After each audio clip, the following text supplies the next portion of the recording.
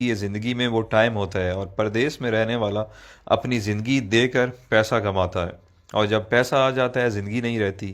آپ کے ماں باپ نہیں رہتے، آپ کے بچوں کا بچپن نہیں رہتا، آپ کی بیوی بوڑھی ہو جاتی ہے، آپ کے دوست یار آپ سے جدا ہو جاتے ہیں، آپ اپنا علاقہ، خوشی غمی سب چیزوں سے دور ہو جاتے ہیں۔ آپ کی زندگی صرف ایک پیسہ کمانے والی مشین، بلکہ اے ٹی ایم مشین بن کے رہ جاتی ہے۔ آپ مہینے کے مہینے اس سے پیسے نکالتے ہیں اور گھر بھیج دیتے ہیں، یہ آپ کی زندگی ہے۔ پردیسی بندہ جب 1 2 سال بعد گھر واپس جاتا ہے تو اسے سب کی شکلیں تبدیل ملتی ہیں، بچے بڑے ہو گئے ہوتے ہیں، جو جوان ہیں وہ بوڑھے ہو گئے ہوتے ہیں، اور اس سے بڑا ظلم کیا ہوگا کہ وہ جب واپس آتا ہے ملک سے، آتے ٹائم گھر والوں کو کہتا ہے اچھا میں چلتا ہوں، 2 سال بعد فلاں مہینے میں آؤں گا۔ اس سے بڑی زیادتی اور کیا ہو سکتی ہے؟ اتنا مجبور ہے کہ 2 سال بعد اس کو آنا ہے، وہ اپنی مرضی سے آ جا بھی نہیں سکتا۔ اچھا، جب ہم پردیسی چھٹی جاتے ہیں تو گھر والے بھی مہمان کی طرح ٹریٹ کرتے ہیں، آپ کی صحیح غلط ہر بات مانتے ہیں کہ 10 15 دن کے لیے آیا ہے، جو کہتا ہے سن لو، اور دوسرا پیسے بھی تو دیتا ہے۔ میں نے بہت سارے پردیسی لوگوں سے ڈسکس کی ہے، جب وہ 30 35 سال گزارنے کے بعد ملک واپس لوٹتے ہیں تو ان کے بچے بھی ان کی عزت نہیں کرتے ہیں، کیونکہ انہیں آپ کی عادت نہیں ہوتی ہے۔ وہ کچھ دن بعد کہنے لگے کہ ابا باہر ہی ٹھیک تھا، ہر وقت روکتا ہے ٹوکتا ہے، یہ نہ کرو وہ نہ کرو۔ بیوی بھی اب اتنی عزت نہیں کرے گی کیونکہ آپ بوڑھے ہو چکے ہیں اور پیسے بھی نہیں کماتے۔ یہ ساری چیزیں اتنی جلدی آپ کو ہضم نہیں ہوں گی، کیونکہ جب آپ پردیس سے آتے تھے تو آپ کو منسٹر جیسا پروٹوکول ملتا تھا، جو اب واپس آنے پر نہیں ملے گا۔ آپ کچھ دن تو ان سب لوگوں سے لڑیں گے کہ میں نے آپ کے لیے زندگی ملک سے باہر گزار دی، میں نے یہ کیا، میں نے وہ کیا، بٹ سب نے یہی کہنا ہے کہ آپ نے کچھ نہیں کیا، بلکہ آپ کی وجہ سے ان کی زندگی خراب ہو گئی ہے۔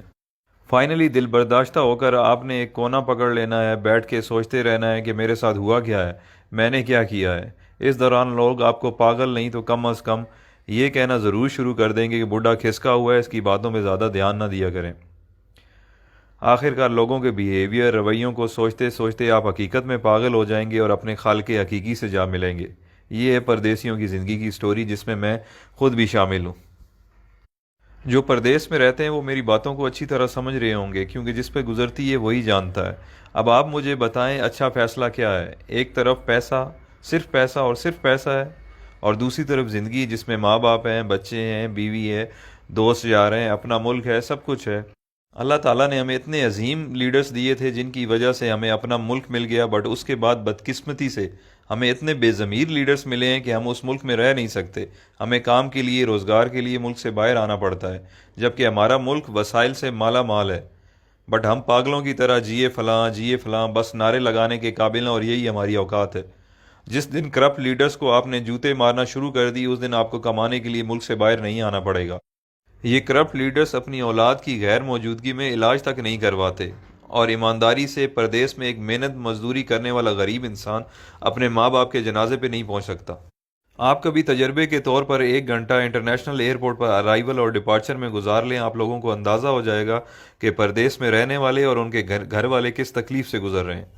یہ ساری باتیں کرنے کا مقصد ہرگز یہ نہیں ہے کہ میرے پردیسی بھائی آج ہی نوکری چھوڑ دیں اور اپنے ملک واپس چلے جائیں۔ میں صرف یہ سمجھانا چاہتا ہوں کہ آج سے پلاننگ کریں اور باہر رہتے ہوئے کوئی چھوٹا سا کام اپنے ملک میں شروع کر دیں، تاکہ کچھ عرصے بعد اپنے ملک واپس آنے کے قابل ہو جائیں۔ کہ اتنے وسائل ہو جائیں کہ آپ واپس آ جائیں، کیونکہ 30 سال بعد بھی آپ کو پاکستان واپس جا کر کوئی نہ کوئی کام کرنا پڑے گا گزارا کرنے کے لیے۔ تو آج سے کیوں نہ شروع کیا جائے؟